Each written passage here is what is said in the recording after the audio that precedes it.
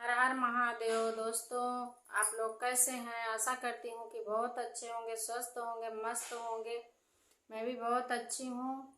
और दोस्तों, अब तो शादी ब्याह का टाइम आ गया है, तो मैं आप लोगों को एक बेटी विवाह गीत सुनाने जा रही हूँ। हमारा ये गीत कैसे लगा कमेंट में ज़रूर बताना और अपना ढेर सारा प्यार आशीर्वाद देना। जय श्री कृष्ण। चारी चैवे खिंटा मोरे बाबा के सगरे बा पूरे ही निहाल रे दे जी। चारी चैवो खिंटा मोरे बाबा के सगरे बा पूरे ही निहाल री दे जी। तेहि चढ़ी दूल्हे जे धोतिया पछार पूछे दुल्हिन देई बात जी। तेहि चढ़ी दूल्हे जे धोतिया पछार पूछे दुल्हिन देई बात जी। के करे हाया तुही नतिया बेटे हुआ कमनी बहिनी सगे भाई जी। के करे हाया तुही नतिया बेटे हुआ कमने बहिनी सगे भाई जी। कमनी बनी जिया का चल बरे सुंदर के करे न सगरे नहाए जी।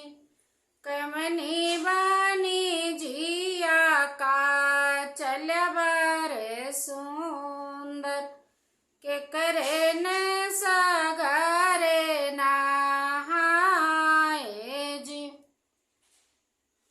अपने बबैया जी के नतिया से पूतवा अपनी बहिनी सगे भाई जी।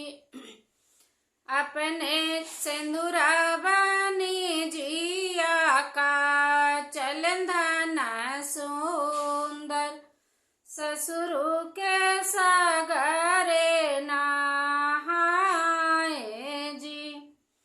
अपने सिंदूरा बनी जिया का चलो धना सुंदर ससुर के सगरे नहाए जी। इतना जा सुनाली है बेटी दुल्हिन देई धाई बबैया लगे जाए जी। जवना ही बारे बाबा दुनिया माहेरा से बारे सगरे नहाए जी।